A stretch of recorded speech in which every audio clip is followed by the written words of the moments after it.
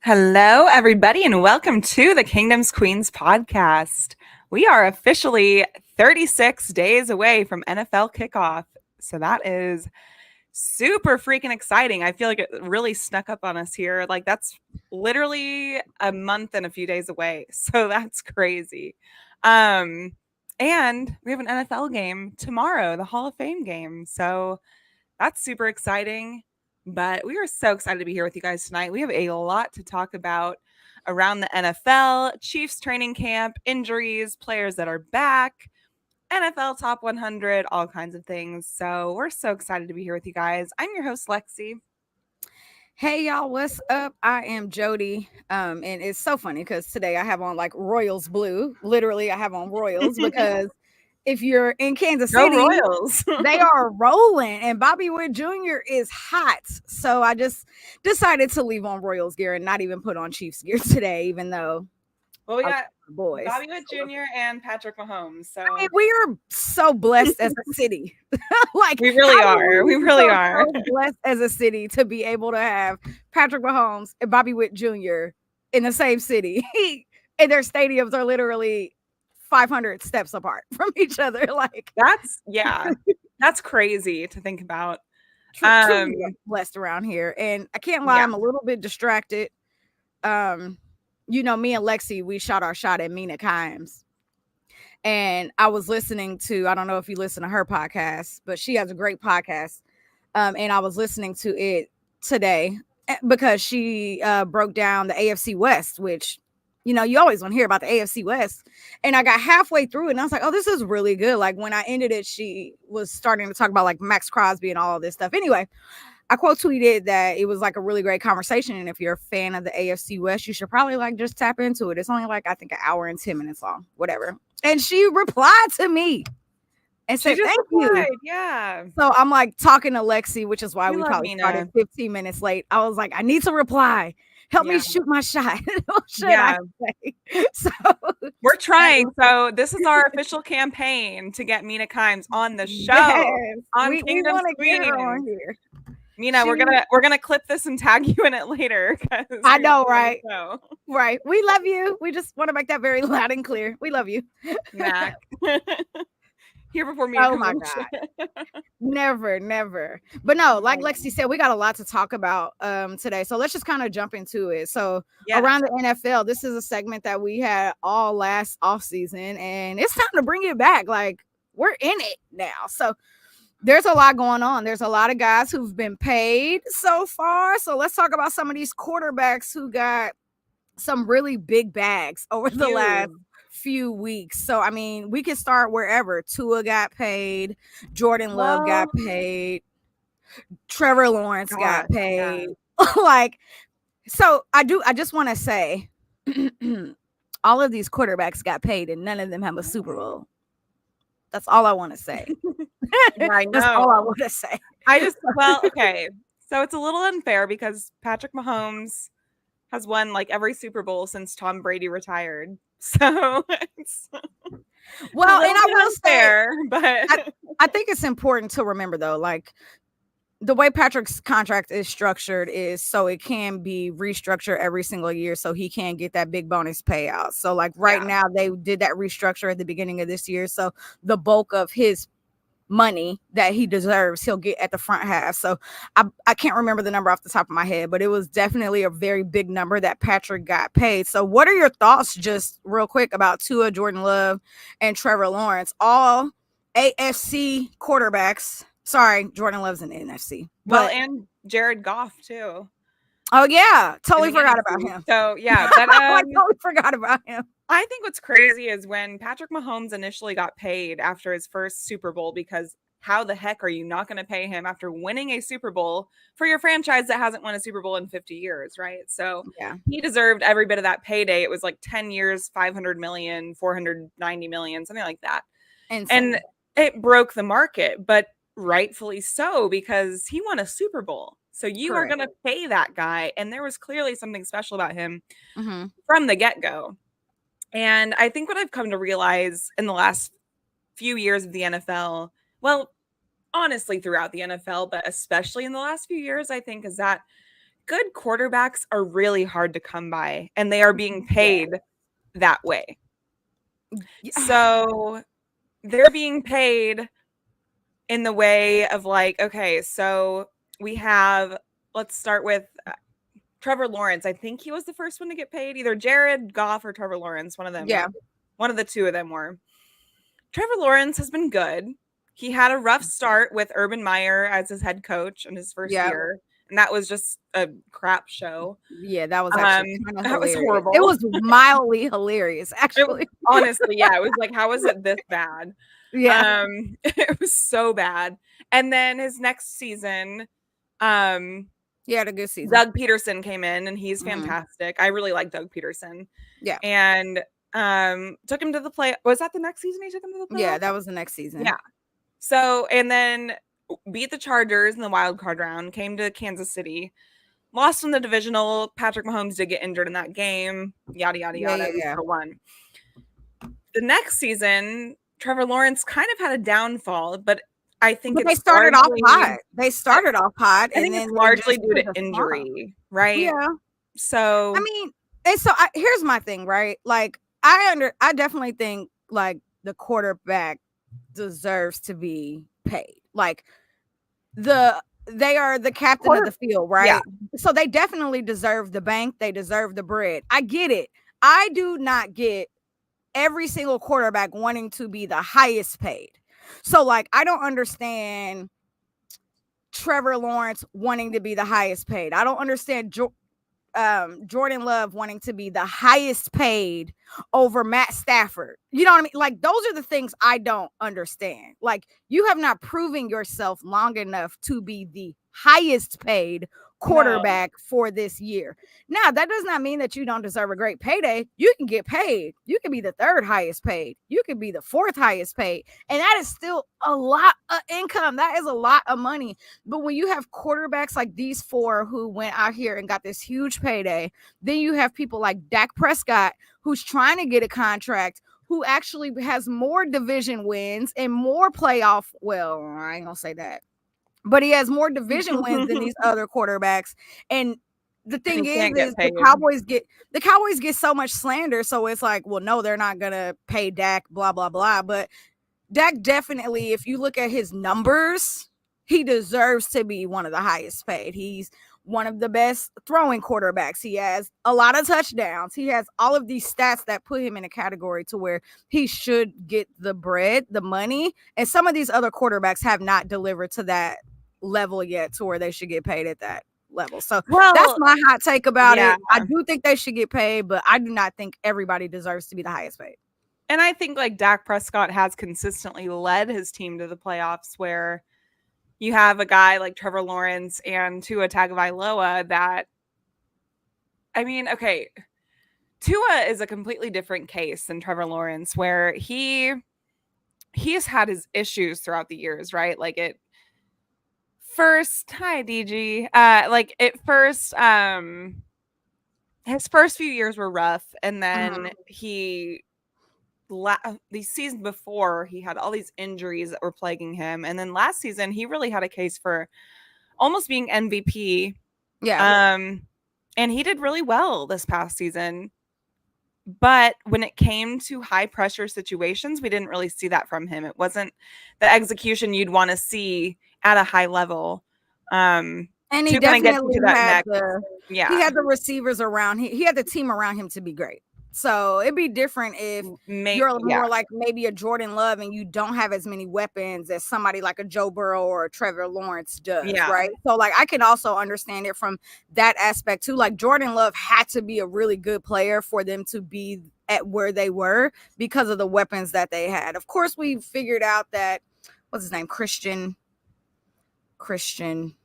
on the Packers, who all of a sudden was catching 2 touchdowns game every game for like the last. I can't think of his last name right now, but I know who you're talking about. Right. So he became this star player for the Packers, and it was fantastic. But you know, all these other teams have multiple weapons where they have no reason to not be able to have the thank you, Watson, to where they did not have the reason to not be able to be great and elite. So That's my spiel on that. How did we not think of the last name Watson? There's so many Watsons.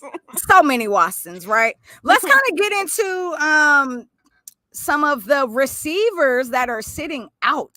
There are so many receivers that are either at training camp and not participating. Jamar Chase, Brandon Ayuk. And I know Trent Williams is not a receiver, but you can also add him, right? And then you have and then you have CeeDee Lamb, who is still in Texas. He didn't even make the trip to California, right? No. So what is and I love this. I want to say this is the type of chaos that I love. You have these amazing, great, game-changing players that are like, absolutely not. No, not coming, not helping, not participating. I'm going to just stand on the sideline and put on my little sunscreen and wear my little hat and watch y'all. What are your thoughts about Brandon Ayuk, Jamar Chase, CeeDee Lamb, Trent Williams, all of these guys who deserve the payday, who just haven't been paid yet? And what week are we in training camp now? We're ending week 2. Week 2 training camp. However, right? Chiefs were one of the few teams to start early, so we're like a little bit ahead of the other teams. Like, I think multiple. But they're only like a day or so behind. They're like a few days behind. Chiefs are probably like 3 or 4 days ahead in pads. Everyone else is kind of a few days behind, right? Well, I can't help that those teams aren't putting shells on yet. If I saw the Chiefs were doing that, then I would be like, and the Texans started. The Texans were first. It's like, come on now. Especially if you're an AFC team, it's like, get it together. Anyway. Yeah, get it together. But that's beside the point. So when I think about the wide receivers sitting out, I think it makes sense. I think every team has dealt with this in some capacity or another throughout the years. We dealt with it with Chris Jones last season. I think it happens. People know they're deserving of a paycheck and they don't want to risk getting hurt in training camp, which is super real because as we saw in the Chiefs today, it was brutal. We're not getting there yet, but yeah. But I'm just saying, but it makes sense. I understand why. Well, and Jamar Chase is coming off an injury from last season. He was beat up last year. Well, and I don't know. He was beat up last year. Jamar should sit out until week 3. He's going to play the Chiefs. Bet you that. Come on. Yeah, without a check. He'll be like, no, you know what? You're right. I'm going to come back and play the Chiefs. And then I'm going to just go back on my hiatus and not do it. He couldn't even, anyway. But if you had to think about these 3 receivers, CeeDee, Brandon Ayuk, Jamar Chase. So it's clearly they're waiting to see who gets paid first. The value to their teams too. Like they all bring different value to their teams. Absolutely. So they're all waiting to see the other person get paid, right? No one wants to get paid first, and then the next guy comes and gets paid more, right? So out of those 3, who do you think will be the highest? Who's 1, 2, and 3? 1 being the highest, 3 being the lowest paid out of those 3 receivers. I think CeeDee and Jamar are really close for me. I think CeeDee won.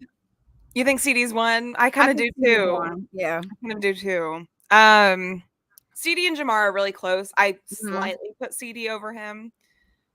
Then Jamar, then Brandon. Brandon's tough because the Niners have, the Bengals do too, but the Niners have so many weapons. So many weapons all over.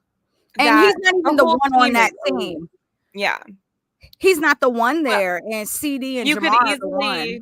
You could easily go between him and Debo to be the one, right? And I'm going to pay Debo over Brandon Ayuk. And then for the Bengals, you have Jamar Chase, but then you have T. Higgins, who also is not going to get paid, but he is really elite. Oh, he's leaving after this season. Right, but I'm saying like he's elite to what he brings to the team. Whereas on the Cowboys, CeeDee stands out over everyone else by a mile.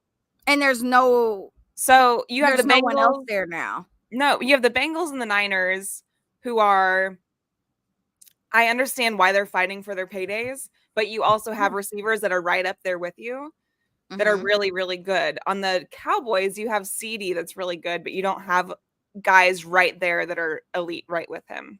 Absolutely.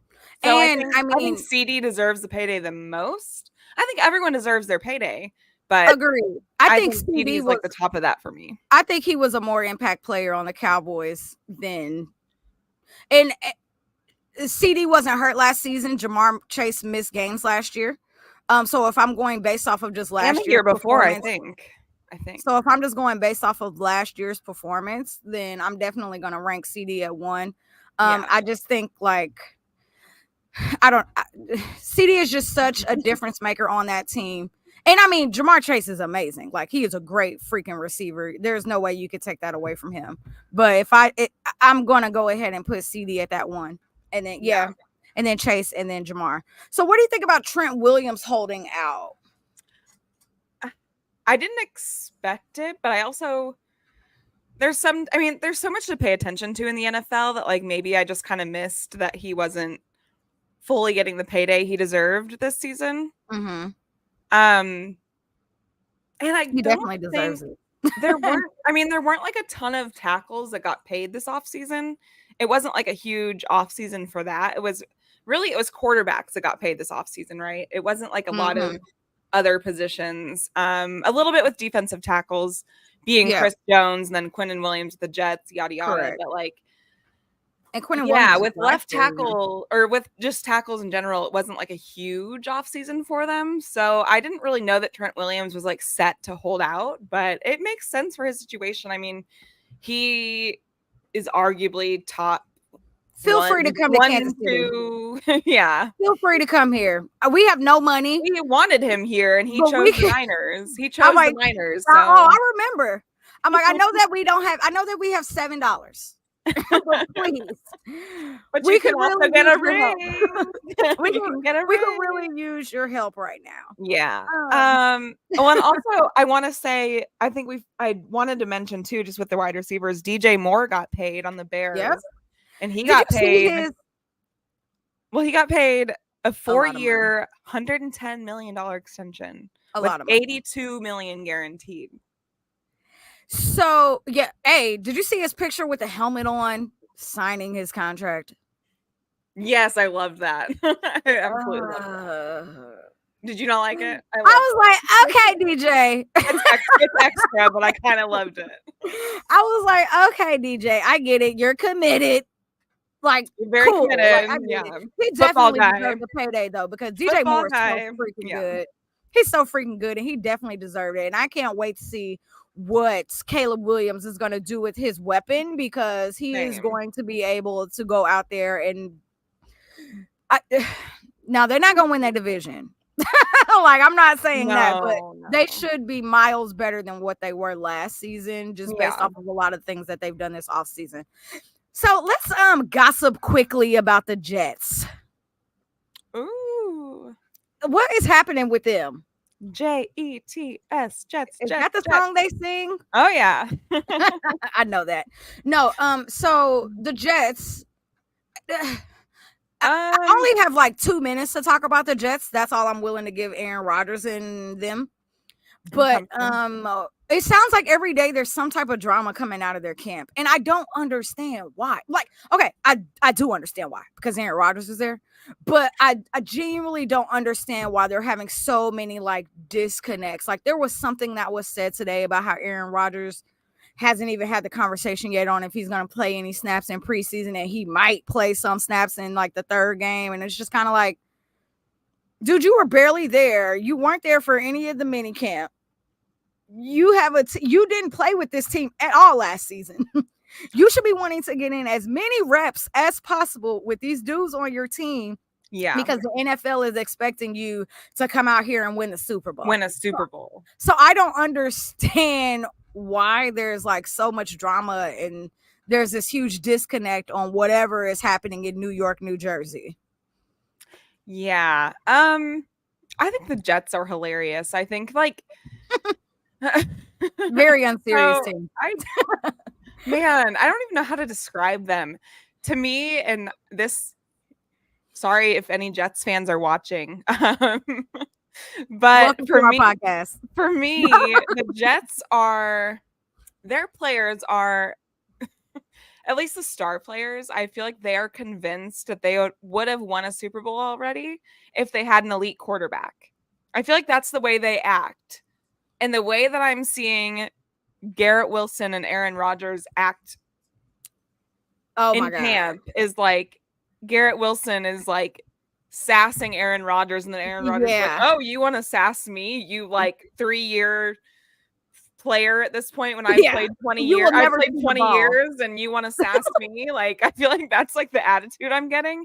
And I feel like players like Sauce Gardner and Quinnen Williams and some of their DBs and some of like a lot of their defense, I feel like they're all convinced that if they didn't have Zach Wilson for 3 years, that they would be in a Super Bowl already. Yeah. And so I think they're like really we know they're really relying on Aaron Rodgers to bring them to the promised land, right? That's the whole thing. And I don't know. I think they're a funny team. I think they do have a ton of talent on that team, but like it's the Jets, you know? So it's like I don't know. I do not this know. This comment is hilarious. Yeah. Real football wives of New York, honestly. Literally. That's exactly what they are. I want to say this. I want to take this moment to say Mecole Hardman is amazing. Can you? Right? That's like a fever dream that he was even on there. Well, and I say that for this one reason solely. He went there, right? And he said, like, he knew what his job was. It was to bring a championship mentality. And he said you didn't feel that when you walked in the door there. And you feel that immediately when you walk into a Chiefs anything. Just walking in the door to say hello, right? And so I think that speaks volumes about, like, it's hard for me to think about the other 31 teams in the NFL and what their culture is like, because the culture that we've been around for so long at this point now is winning and championships. And it's just kind of like we don't know anything else. Normalcy, right? And we were there for the losing years, but now it's just like, like we're going to win and we're going to do this. We're in a different era of football, of Chiefs football. Bless the Lord. Thank God. And so when you look at other teams and, you know, you see our old players leave and go to other teams and kind of see like what that transition is like and how different it is. Hearing Mecole Hardman's story when he came back to Kansas City about what it was like in New Jersey, it was just like very eye-opening to me. So, and we watched them last season on Hard Knocks, right? I'm sure it's still very similar to that this year, right? Like they had celebrity, and I mean, I think all practices they have celebrities come out and support them, right? That's fine, yeah. It's fine. It's normal, right? You expect that, but I feel like it was more of just like literally a show versus people actually going out there and inspiring and motivating, or old players trying to, you know, coach this current team up to get them ready to go. So New York is very interesting. I still think they're going to be a terrible team. What'd you say? I'm sorry. I said they're unserious. I like this question though. On paper, who would you take, Texans or Jets? On paper. I'm going with coaching, so I'm taking the Texans. I think I would take the Texans too. I think D'Amico is. I love D'Amico to be a 1-year coach. Yeah, and transform that team like he did. Oh, and he came from the Niners, and so he understands what winning is like, right? And he also played, so and he's just very relatable as a coach too. Like even if I didn't look at any players, I'm taking coaching all day, and so I would take them in the Texans. I like Robert Saleh, but I think he's a little bit the same thing as the players, is where he leans into that mentality of, oh, if we had a functional quarterback, we'd be fine. So we'll see. I mean, we'll see. If Aaron Rodgers can stay healthy and he's a very functional, high level quarterback that he typically is, then sure. But yeah, I agree. Yeah. Interesting. Well, let's get into some rumors. Time to talk a little Chiefs. Ready to talk Chiefs. Yeah. Rumors. So, you know, we are very factorial people on this podcast. We try our best to be. It's all you're going to get from us is the facts. The facts. But there's a rumor that Creed Humphrey and possibly Harrison Butker may see extensions here pretty soon. Now, I'm going to be honest. They both deserve money. Harrison Butker, best kicker in the league. I don't care what y'all say. He deserves to be the highest paid kicker. And Creed Humphrey, I understand last season wasn't his best season, but I've seen his body of work over his career, which is more than enough for me to say that he needs to be paid. What are your thoughts about these two? Even with the low snaps last season that Creed had, and that was like his biggest issue. Was he playing with the injury or not? No, we don't know. They never said. Yeah, not that we're aware of. I think the biggest issue was his low snaps. Otherwise, he was fine. He's still incredibly elite. I think he allowed 1 or 2 sacks total out of like 1,000 plus 1,200 plus snaps. Like, that's insane. I'm not mad at that. And I'm not mad at that. He's going against the best of the best every single game. And honestly, I feel that way about our entire interior O-line, is that they do an incredible job. Yeah, absolutely. And I would love to keep them as a trio. How do we pay everybody? I know. We have I don't even want to get into that, but $7. We got to spread it between. I love $7. But we got to split $7 between 15 people somehow. And I think that, like, amongst Chiefs Kingdom, it's like pay Creed, maybe pay Trey if you're lucky. And then Nick Bolton's coming up as well. And I don't even want to get into all that. And we love Nick Bolton, but I'm going to ask the question probably around like week 5 or 6. So I'm going to hold it on if he stays healthy. Yeah, we gotta wait for that one. I think we gotta wait for it because we know how great Nick Bolton, especially after today. Yeah, right. And what last season was, even though I know what he can do in a cast. Yeah, for sure. Things, right? But do I think Creed deserves to get paid? Absolutely. Do I think Butker? Absolutely. I mean, I know there's indifferences on some of his personal life. You guys got to put aside his personal life. He is, aside from Justin Tucker, and honestly, for my team, I want Harrison Butker. He is so elite. And last season, Harrison Butker was better than Justin Tucker. He's why we won so many games and in the playoffs last year. And he had one bad year 2 seasons ago. But and that's because he was injured. He was injured. Exactly. And he's automatic 90% of the time. So last season I didn't worry about him at all. I was like, oh, Butker got it automatic. Now I did week 1. Week 1, sure, but like week 5 on, no. We're like, no. Week 1, I was traumatized. Can't even hold you. But I agree. I think they both deserve to be paid. So this person's asking what Matt Ariza's holding was like. We watched it in camp and they looked good. He looked pretty good.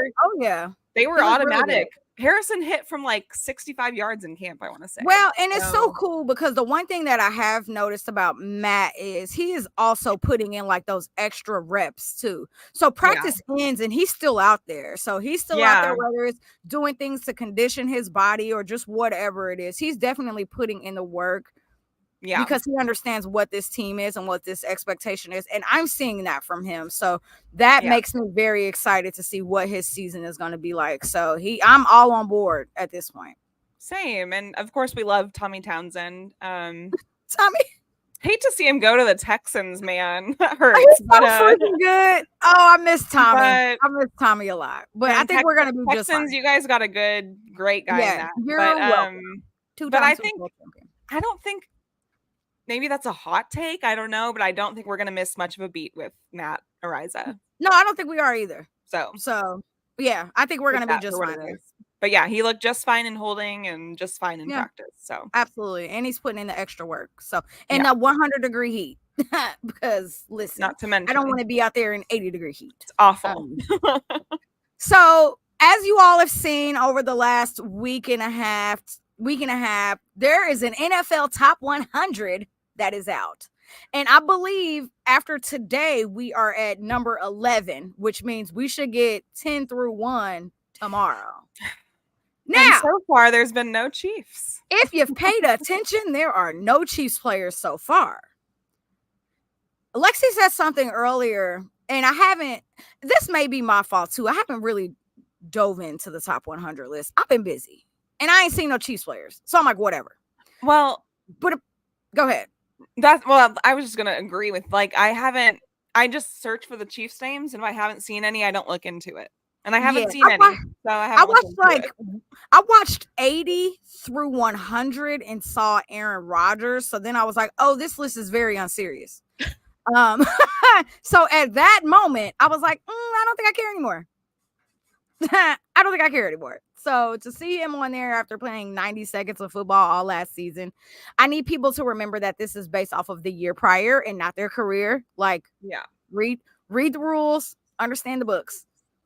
Last season, not the season. I mean, not the whole season, but not your whole career. I apologize. But yeah, 0 Chiefs players yet. But the rumor, again, we are a very factorial podcast. The rumor is that there's 6 Niners players on there. 6? Yeah. And there was supposed to be 5 Chiefs.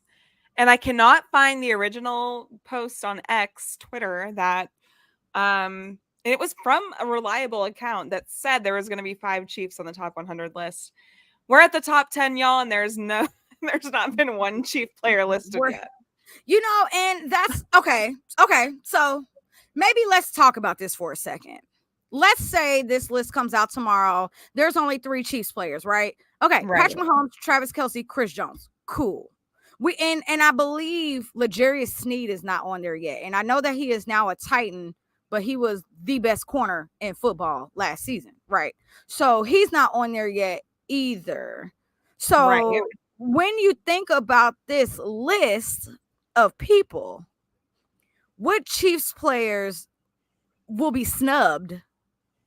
Because I'm thinking it's only going to be 3, and we know who the big 3 are. We know the big 3. We know that Chris Jones, Travis Kelce, Patrick Mahomes are going to be in the top 10. Absolutely. How that falls, I don't know exactly, but Patrick Mahomes will be number 1. I think that's pretty much a given. If he's not, then throw the whole list away. Correct. Well, and I will say, let's remember last season, we were rough. We were not that great, right? We were the first half of the season, but the second half of the season, they turned it on. Can I add to that and say, this is a random thing from today, but there's a lot of reports saying that MVS might not even make the Bills team at this point, and he's a wide receiver on the Bills right now. There's many reports coming out today that he might not even make the team, and I just want to say that Patrick Mahomes won with him in clutch time multiple times last season. So if you don't have him as the best player in the NFL, I don't know what to tell you. It's giving we're just bringing you in and we need you to tell us everything. Like, and then you go. Yeah. That's what it's giving. But they would be, I think that would be a very bad mistake on them to not I think it speaks to the level of talent that Patrick Mahomes has, and that correct. The group he won with last season probably shouldn't have won a Super Bowl, and they did. And I don't think any other quarterback would have won with that group. No. Yes, we had an extremely elite defense, and that was a big help. But the offense that we had, aside from like Travis Kelce and Isaiah Pacheco, no one else is winning with that group we have. Isaiah Pacheco not being on this list kind of anywhere in the top 100, even if he was 85. He could have been 99, yeah. Him not being on that list kind of blows my mind. Creed Humphrey not being on there, what the heck? Trey Smith not being on there, Joe Thuney confused, don't understand. Joe Thuney confused. Trent McDuffie, don't understand what's happening here. No, Trent and Snead. George Karlaftis. George Karlaftis had 10 sacks last year. Yeah. Don't understand why he's not on there. So there's definitely... And you have guys like Jalen Ramsey on there who are strictly on there for their name. And Bobby Wagner. Why is it... Aaron Rodgers. Aaron Rodgers. I mean, it's... Kirk Cousins.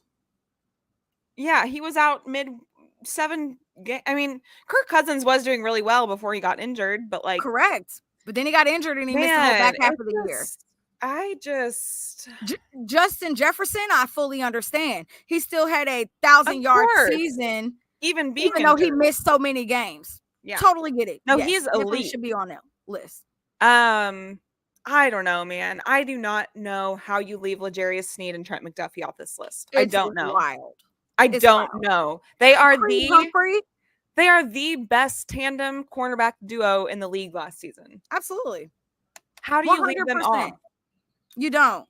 And so I do want to also say, I think this list is made like what, in November or December. So here's a few things about it's made like December, yeah. But it's even then, it's people's choice. Yeah, because by Players' December choice, we had turned it around. Yeah. People, player, same, right? And the NFL gives them a whole list of people, and then they say rank these people. So that also makes me think like, so are y'all even watching football? Because by December, L'Jarius Sneed had held every receiver to 0 touchdowns. That's what I'm saying. So I don't understand how, hey, here's a list of, let's say 140 people. We need you to pick your top 100. And they probably didn't even do that. They probably were just like, hey, here's a list for, I don't see one football player sitting down and writing out 100 names. I don't see that. That's not happening. Right. I feel like they probably divvied it up and was like, we're going to do their like top 20. Because the NFL will post like the players' top 20 lists, and you'll see like 20 players listed. So I feel like that's what they do, and then the rest is made up.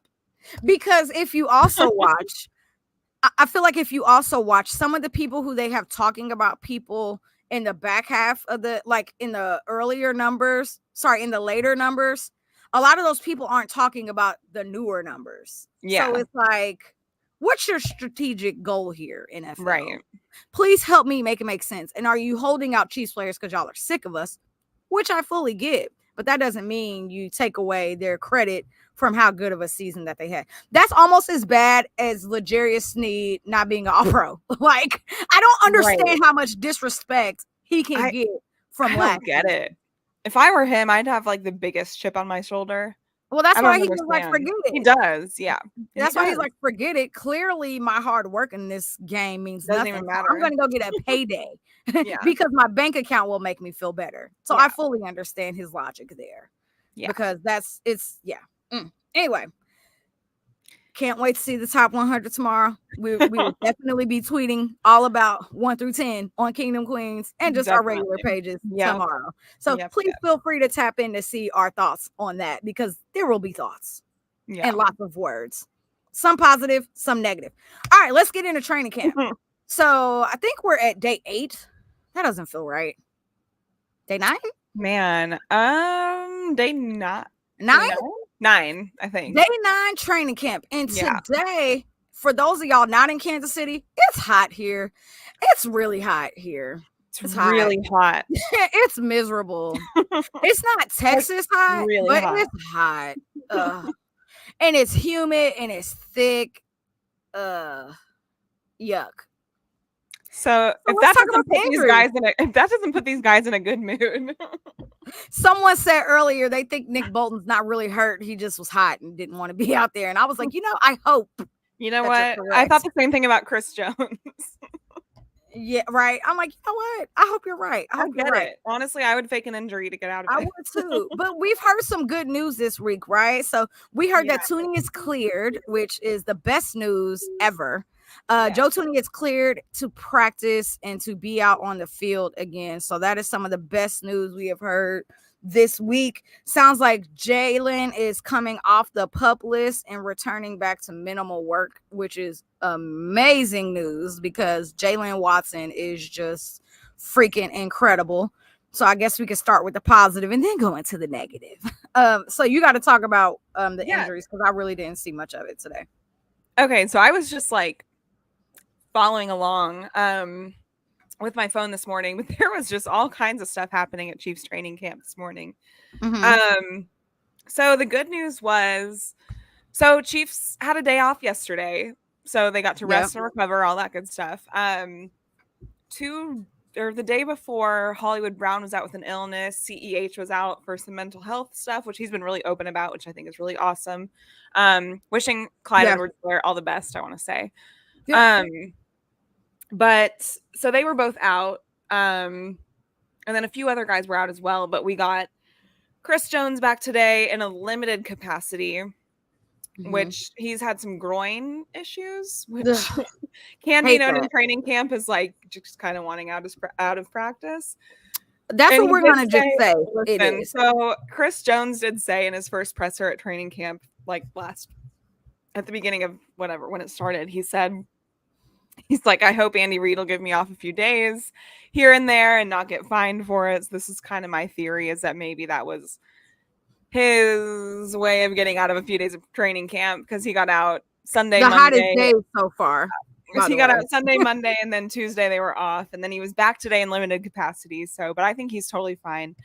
We got Joe Thuney back. He was on the PUP list, which is physically unable to perform. Yeah. For those that might not know, he is back, which is absolutely huge for our offensive line. He's our left guard. Said that. You weren't listening to me at all. Oh, I'm sorry. Well, you said I don't know. I know. I wanted you to talk about the injuries that happened today. I didn't know what happened today. Yeah. So today we had tight end Isaiah Gathings. Sucks. Injured his hamstring, which is a bummer. I hate that. Dang it. We had Kadarius Toney, who made some big plays today and then injured his ankle, which Kadarius Toney's actually having a pretty good training camp. He is. And so that's actually, I mean, well, honestly, I don't want to see anyone get hurt, but that really is a bummer. No, for sure. Nick Bolton, I think we talked about it a little bit. He hurt his elbow today on a big play, but it was reported later that they think he's going to be okay. It's pretty minor. I think they were just taking him out. And last year his injury was like wrist hand, not it was basically wrist, So this was elbow, different, same arm, but same left arm. Mm-hmm. But I think he'll be fine. I think, and honestly, like you and I always say, it's like if you don't need to push things in training camp, don't push it for players like that. Right. Like we know what you can do, Nick Bolton. We don't need to see you out there. Absolutely, it's fine. Offensive tackle Chu Godric, something with his ankle, and then offensive rookie tackle McCade Mator did something else with his ankle as well. And so we had 5 guys leave practice today. Heck? Is there something going on with the grass? Like, I don't know. And they had like leg, ankle, knee. I think they had fresh grass today too. So I'm just like, that's. I wonder if that could be it. Maybe it's the fresh grass. It wasn't torn in. I don't know. But so not a great day for injuries. My biggest concerns are Kadarius Toney and Nick Bolton, because those are our starters. I think the way Andy Reid opened up his press conference and described it all, he didn't sound overly concerned about anyone. Yeah. So, right. But you can kind of tell when he's like with Justin Reid, he's like, yeah, he'll be out for a while or whatever. But like with these guys, and that was Spags too. Spags just did not sugarcoat that at all. No, not at all. Not at all. So I think we're okay with these ones. Kadarius Toney, he is so good when he's healthy, and he's so elusive. When he's focused and healthy, he is. And so I just hope he can stay healthy. Yeah. We'll see. We'll see. Because he's definitely making this team. KT's going to make this team. He is, yeah. So that's why I'm glad to see that he's having a good camp. Not only is he having a good camp, it looks like they support him, right? So, a few days 100% do. A few days back when him and George Karlaftis went at it, and then Travis kind of jumped in like, yo, what the heck? Like, what you're not going to do is this. Because they didn't have pads on yet. That was like refreshing to see that, all right, they're all in still on KT. So you know what? Y'all need to be all in on KT. So that's kind of like what that made me think. And he's had a very positive camp. Like, he's had a lot of great catches, a lot of great runs. Like, he's been able to just be open, and he's still fast. And I like that he's kind of willing to do whatever. Like, they're putting him in at running back. They're putting him in at punt return. They're putting him in at kick return. They're putting him in kind of wherever on the field to see where he can be. And I like that he actually seems to have a good attitude about all of it. Well, and he kind of has to, though, right? Because when you look at the receiving room now and you see all of these great guys on this team who weren't here last year. Yeah. We need you on this team, but where do we fit you in at? So to be able to fit you in on this team, you got to be able to do everything. And that's not saying that those other guys aren't also learning everything. They are too, right? Like, they're learning all phases of the playbook. But it's good to see like that they want to be able to use him. And Kadarius Toney did do kick return last season, right? So it's not like he didn't do it last year. He did. But and he had that huge one in the Super Bowl. He had the longest punt return in the Super Bowl. So. Absolutely. But that just may be his focus this year. So we don't know. We don't know what Andy has up his sleeve. Yeah, so. And I do agree. This guy Manny on Twitter just commented, the Chiefs have all this patience with him. I think it's for a reason, and I think it is because, well, not everyone. They'll cut you if they're not happy with you. But well, that's because of a draft spot pick, I think. But I think with Tony, I think people know the talent Tony has, and I think we saw it his first season here. Like, we saw him adjust his gloves and then make a catch against the Jaguars. I was at that game. I mean? Like, that was a noon game. I was like, he's done some crazy stuff where you're like, okay, Tony, like, I see what you can bring, but then he has and we got him for cheap, so it's like, I think they're gonna gamble on the guys that they gambled on. And they're gonna give it a few seasons, and they're like, as long as we keep winning, we're gonna keep gambling. Well, and to understand the Chiefs is to know that if you're out on that field and you do something wrong, Andy's putting you back out there on the next play, and he's probably going after you. So, like y'all saw all the time. Y'all saw in the Super Bowl, Marquez Valdez-Scantling ran back 20 yards on a catch, and the next play he gets a first down. Isaiah Pacheco had a fumble, and they went right back to him. So it's like, that's what Andy does. He's going to build your confidence, and maybe that's what makes him this amazing coach. Because I cannot be a coach. I told y'all I could be a general manager. I cannot be a coach.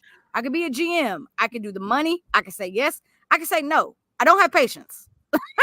You mess up, I'm done. No, I'm kidding. So that's the big difference there. And Andy Reid is the most patient, Andy Reid's one of the best human ever, right? One of the best to ever do it. So that's let's talk about this left tackle battle, because it's been getting good. Like, every day it's good. I feel like every morning we're looking on socials to see who's starting at the LT spot, right? And it seems like Kingsley has been taking a lot of those reps here lately. Huh? I'm cracking up at our comments. The comments are hilarious. Shout out to everybody listening in on YouTube, Twitter, and wherever y'all are coming from, because y'all are hilarious and we love you. And I'm going to also take this moment to say that go subscribe to our YouTube if you have not yet. And follow us on Instagram and Twitter. Follow us on Instagram and Twitter. We put out so much good content. But this left tackle battle has been very spicy and very good. And Kingsley is dominating. So we all saw things he has to learn, right? Yeah. But he has been looking good so far. The upside of Kingsley Suamataia is amazing. He has his flaws, of course. He's a rookie. He's going to learn. They all do, right? But I think his upside is super exciting. I think there was a clip going around today where the speed he showed ahead of freaking Xavier Worthy, who's the fastest guy ever in the NFL recorded. Kingsley Suamataia is out there blocking his butt off for Xavier Worthy. I didn't even see Xavier in the clip. I'm going to just say that. I didn't even see him in the clip. I seen Kingsley. I was like, oh my Lord. Look at that boy running. He took off. He took off. And that is so amazing to see. That it was impressive. And he had a few plays today that were really impressive. There was another, I think, pass breakup by, I'm forgetting who broke up the pass, but it was to Isaiah Pacheco from Patrick Mahomes. One of our defensive backs broke up the pass. I'm forgetting who it was, but Kingsley on that rep too was so good. Like, he's really finally getting it down. And it's really exciting to see, because I think a lot of us have been concerned about the left tackle position. So it's obviously a big concern, because that's Patrick Mahomes' blind side. We need someone strong in that left tackle. So I still am like, and I'm sure Andy Reid and Brett Veach are this way as well, but I'm still like, if you don't feel confident in either of them, bring back a Donovan Smith, someone like that can do the job. Like a minimum vet deal. If you're not confident after preseason, bring someone back. I think we'll see. I think we'll learn a lot after next Saturday's game. Yeah, and I know we'll talk about that next Tuesday going into game day. Yeah. But I think because. Okay, right? So a lot of these rookies or new guys on the team, they're definitely showing like the adjustments in the upside. Someone asked, how is Larice doing, right? How is Zamet doing? LRZ, you know? Larice, you said. Luis Reese. Fun fact, he has a brother that also follows us on Instagram. and I didn't realize welcome. it. Right. I thought it was. Anyway, I'll talk to you about that offline. Everybody's asking, how is he doing and how is he looking? LRZ. Yeah. He looks okay. Yeah. I'm not nearly as hype about him like I am about Kingsley, right? So I think next week's game is going to talk a lot about where these guys are, how they've done so far in camp, what that playbook is really looking like, how are they in real-time game situations in the NFL. Do we want to get into a little bit of the special team / running back conversation? Yeah, so we can skip around a little bit, but I think we understand that we're just in a unique situation this year because we are looking for a running back 3, and that could be LRZ, that could be Deneric Prince. They're trying out Kadarius Toney, so there's a lot of things there that's very interesting. Yeah. I saw Deneric Prince was taking first team reps today with Isaiah Pacheco, so that was great to see because Deneric Prince has been stellar in camp. He has been very good in camp so far. For those of you that might not have followed along last season as much, Deneric Prince was the training camp darling last year. Him and ISM? Well, God, yeah. We can't bring him up. We don't have time to go into that. But Deneric Prince was our running back darling last season, where everyone was like, ooh, this guy's a beast. He's going to be huge. He went undrafted, but we got him on our team.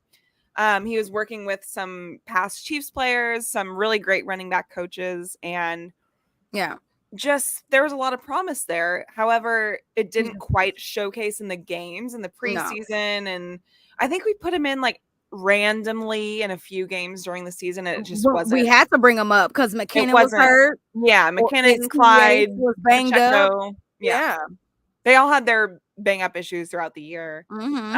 And so Deneric Prince, he saw a few snaps here and there, and it just didn't quite translate to the field. However, this season we have Pacheco as obviously wide receiver, running back 1. Yeah.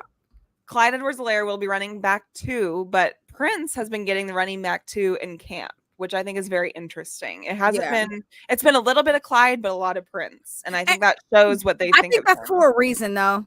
I will say, so if you look at those 3 guys, CEH has the most burn on his legs, right? And they so know what they get with CEH. We know what we got in him. We know what he brings. No need to add more miles to that vehicle if you don't have to. So that's why I kind of love Deneric taking a lot of these 1s and 2s. Yeah. The question is going to be is how is he going to perform when we are live in game? Like, he's so little. Like, he's really good, but he's so little. Like, you got to just be very transparent about the conversation. Yeah. If he had another couple of inches on him, he would be a beast. And I think that is where you see in the gameplay where it's like, well, dang it. Like, we see what he's like in camp. We see what he's like going against our guys. But then when you're in that real-time situation and seeing what he does. So, these next 3 weeks of preseason games are going to be very telling because you never know. Someone asked earlier about Crocky J. Our friend Carson Steele, how is he looking? Carson's looking good too, right? Like he had I was watching him the other day when he was kind of doing like his one-on-ones or 1 versus 1. And I'm not gonna say he got beat, but he definitely was hanging with, you know what I mean? He was holding his own, which is good to see. And we understand that he can come in and play that running back, fullback role. And he's a little bigger than Deneric Prince. So, is there a possibility that you could utilize him? I don't want to see Kadarius Toney at running back. The amount of hits they take in that role, the amount. No, and I like him. I like Kadarius for like the jet sweep type thing, but not. And that's it. Back. Yeah. Because I don't want anything to happen to him to where it would just cause additional injury. And I get that they're testing out all of these different things because they're trying to find the right suit for him, right? And I respect that so much. But if we know that he's someone who has injury history, I would hate for him to have to be have that role and it be an important role for him. And then we really lose his life expectancy because of injury or whatever. So I would be cool with Carson Steele. I'm excited. I want to see him in preseason. That's the thing. I think Honestly, I think the two positions I'm most excited for in training camp are left tackle and running back. I think there's just so much unknown, but I think there's so much potential at both. So you have a ton of potential in Kingsley and Wanye at left tackle. I think Kingsley's going to see most of the first team reps, and then I think you're going to have Wanye. But Andy Reid doesn't sound overly concerned with either of them, so that's a good sign for now. He also probably wouldn't say if he was, but that's besides the point. The question is if Kingsley takes the number 1 spot, then Wanye goes to 2. Yeah. But I just don't know if I feel comfortable. I don't know. I don't. I'm like, I don't. I want a veteran out there protecting Pat. And I'm not saying that Kingsley can't do that, but I think he deserves 1 year behind a veteran. I do too. And I think he would be all the much better for it if he did have that. And I think when you're also, it'd be different if we were a team like, I don't even know, like if we were like the Jaguars or something and you're competitive, but I got a question. Go for it. So Jawan Taylor knows how to play both sides. So is that maybe the veteran that is teaching him how to play that side because he is known for playing left tackle? Maybe that's the veteran presence he needs. I've had that thought because originally, there's no way it wouldn't be. Jawan looks great. He's lost a little weight. It looks like he understands, and he got his little swag back this year. I feel like he genuinely understands like all of the errors that he had last season and how he needs to fix it going into this season. And he's great at what he does when he's right. And I think Jawan, we originally brought him on to play left tackle. Correct. So I think if we needed him to, I think we could put him over there and maybe put Kingsley at right tackle or something. But still, it's like I don't know. Did he ever the rookie thing of play it? Right tackle? Right, I don't know that. I don't know that history there. So, but it's the rookie aspect of it all that really gets me because these players, these teams are going to be out for blood against us from week 1, and we start with the Ravens and then the Bengals. And those are two teams that really want to kill us. Well, the Bengals always lose their first 2 games, so no, I'm kidding. Still, I had a conversation with someone the other day in one of my group chats on X. And Andy Reid played O-line for the first 25 years of his life and has coached it at such a high level since then. And heck, oh God, another comment came in. Is amazing. So I trust them the same way I trust Spags and Dave with the DBs. Thank you, D-Mac. I had a conversation the other day in one of my group chats on X, and they were like, man, the AFC West is so bad. It's not fair. You guys always sweep, right? So then I was like, fun fact, have you looked at the Chiefs' schedule the last, let's say, 5 seasons? We literally always play the same teams. We're playing the Bengals. We're playing the Jags. We're playing the Texans and the Ravens every other year. And you know what's funny? We appreciate your comment. I was just reading it out loud for the people. My salmon. Right, I'm like, no. We appreciate. No, you know what's funny to me is like, even on a year that we shouldn't play the Bengals because they finished last, we still have to play them because we play the AFC North. Correct. Like, it's the way our schedule falls is hilarious because every single year, and we always play we always play those 1 or 2, and we always play the Niners. They're supposed to be the best team in the NFC. So people are always like, it's not fair. You guys have the easiest division, blah, blah, blah. And it's like, cool. But have you seen the rest of our schedule that we've consistently been playing year after year after year and still been able to go out and win or dominate or lose 6 games and still win a Super Bowl? Anyway, want to get us back on track to talking about training camp. So we've had a few people asking us about Nico Remigio and Montrell Washington, who have both looked pretty good. Remigio. Nico Remigio. Will he make this team? He may look good. Guys have been in our comments tonight. We are seeing them. We're seeing them flooding. Will he make this roster? Nico's always great. He's always great in training camp. He was fantastic and stellar last year. He's been very great this year. I'm sure y'all are seeing all of the clips flying around about him being out there being a dog. He's been really great. But will he make the roster? It's tough, man. So that wide receiver battle is nuts this year. There are some givens to me, and I think the givens are about 5 receivers. And that is Rashee Rice, Hollywood Brown, Xavier Worthy, McCole Hardman, Justin Watson. I think those are the 5 given. And then you have Kadarius Toney, who will probably make the roster. He's definitely making this roster. And unless his injury was really bad today and you can place him on some kind of IR thing to start the season and make room for more receivers. Am I making this up? Did Justin Watson get hurt the other day? No, he did too, actually. Yes. I don't know what his injury was, but I think I briefly heard that he was injured also foot or something. Foot or what ankle. is going on with the grass?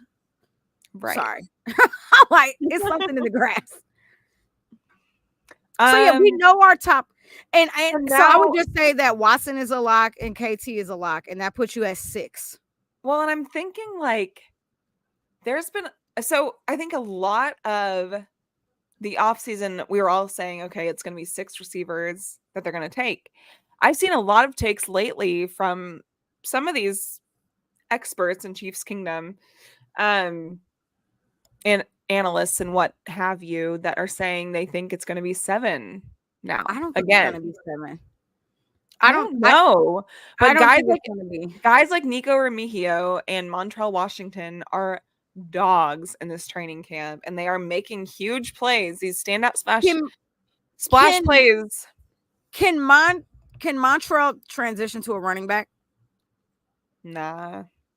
No, but he's actually good for like special teams. I mean, they both are. Him and Nico. I don't know, man. I don't think they're taking 7. I could see it, and I started seeing cases for it, and I'm like, I actually can see certain position groups being altered to fit a 7th receiver once again, and I think it's because they're now. I think they're taking 4 tight ends. I think that too, though. I think they're taking 4 tight ends, and I think they could take 7 receivers. And I don't think we can go light anywhere on the defense. We had so many guys in and out last season with injuries. And so it's going to be like our defense was a rotating wheel last season. We cannot go light there either. So then where do you go light at? You just literally only run with 2 quarterbacks this year? I think 2. And then you have 2 and that's it. And then I think you have 2 on the practice squad. Yeah. And you have your emergency one that can come up. Yeah. I genuinely that's where you would have to. That's where you would have to. Yeah. You just run 2. I genuinely think that's what they might do. I can't remember right now. Did we run 3 or 4 running backs last year? 3? 3. 3. Jet, Pacheco, and CEH. 3, right? So you're gonna run with 3 this year. We had P Ryan, but he would come off and on the practice squad. The practice squad, right? So we ran 3. And I think we're keeping a 4th tight end this season. So where do you lose that spot to add in a 7th receiver? Right. So I don't know I don't think we have the bandwidth to do it. As much as I would love for us to. And when you think of it this way too, what happens when you get a Charles Omenihu back and then you have to drop somebody to bring him up? So it's like, where do you? It's going to be tough, but then, by that point, there might be other injuries and there might be other things that come up that. Oh, there's not going to be any injuries this season. We're in our best world, sure. For 21 weeks, we're going to be perfect. We're going to be healthy. Yeah. Figure it out.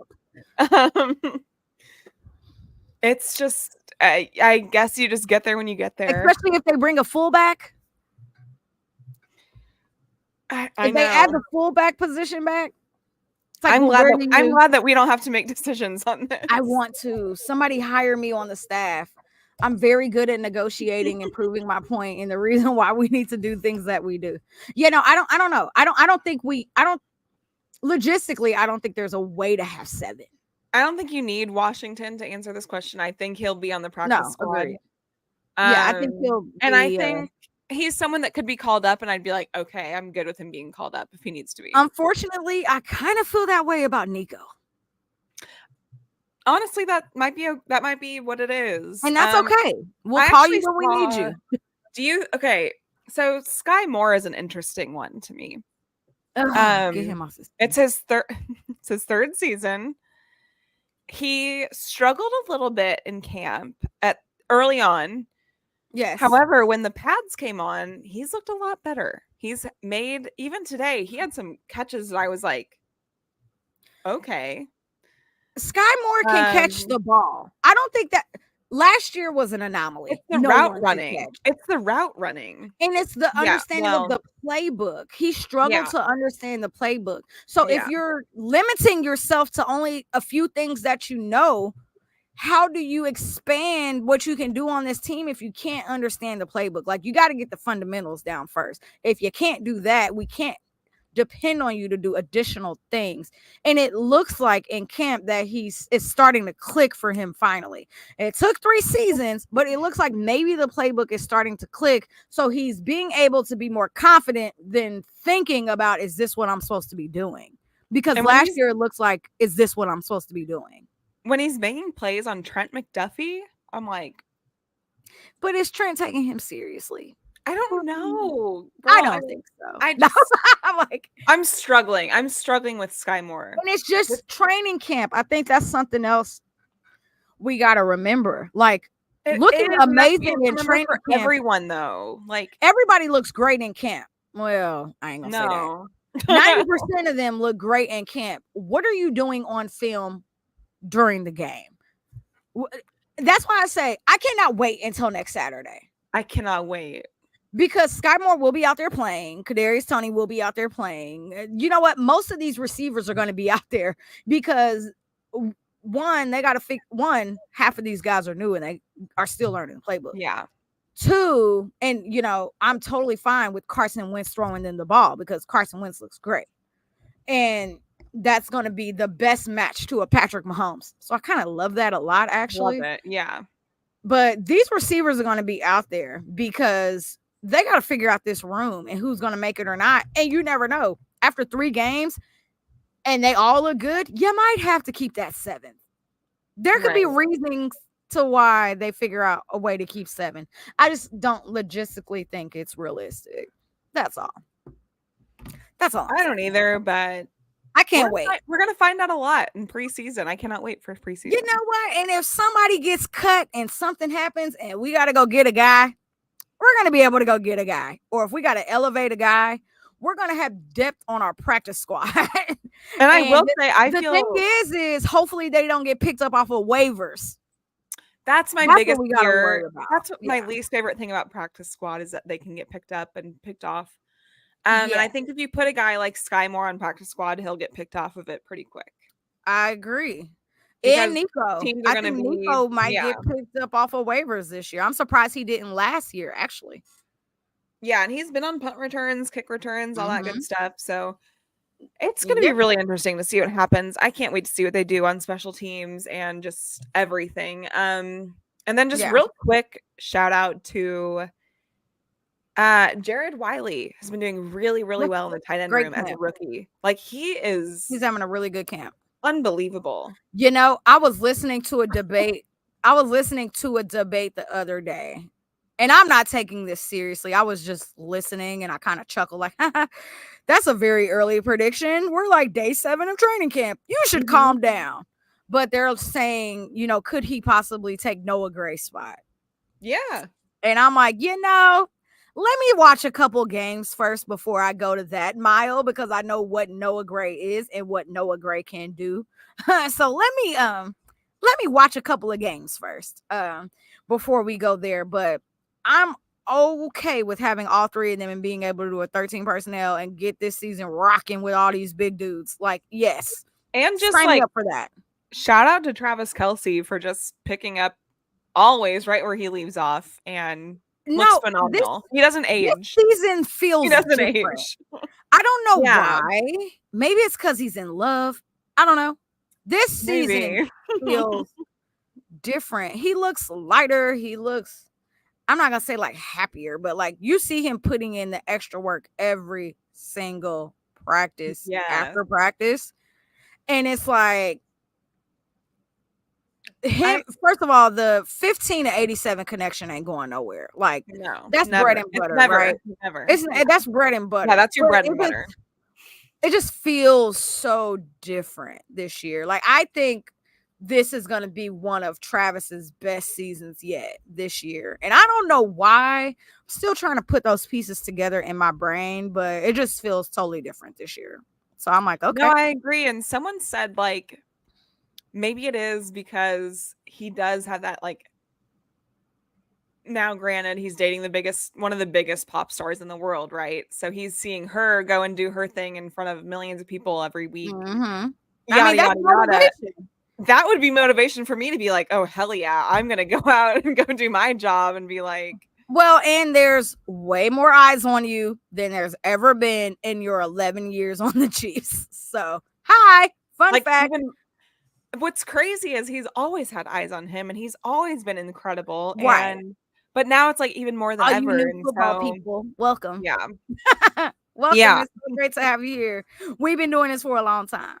He's been great. Enjoy what you're seeing because it is. If you want to see something funny, go watch Travis year 1 through 5. Go do that. Go do that. Please. And see how he's grown up before our eyes.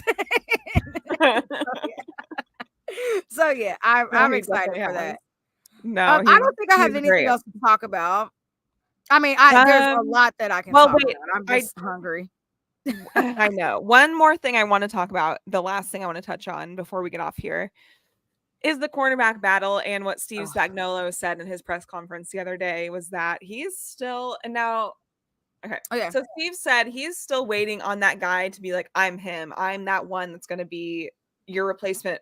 Not technically your replacement for L'Jarius Sneed, because that's a really hard person to replace, but the guy that's going to be stepping into that spot. And he hasn't quite had that yet. Which I think it's because he's waiting on Jalen Watson to get back. Kind of, and he now is back too. So I think we're about to see. Now, I do want to touch on what you and I saw those first few days we were at camp. Was Joshua Williams had outstanding camps. Hi, Joshua. Oh my gosh, Joshua Williams. We love you, Joshua. But for some reason, he hasn't been with the ones as much, and now Kelvin Joseph is. But I think that also kind of goes to CEH, right? We know what Joshua Williams can do for this team. We know the work that he can put in for this team. And I think, to be fair, right, if you're going to host the camp, you got to see what all 90 or 100 of your guys can do.